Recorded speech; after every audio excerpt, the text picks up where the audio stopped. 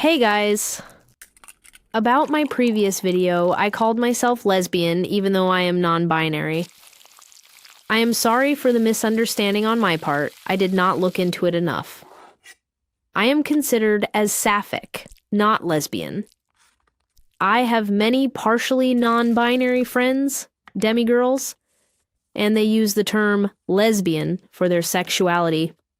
So I assumed that was what fully non-binary people used for their sexuality if they liked women. Thank you so much to this comment for pointing it out.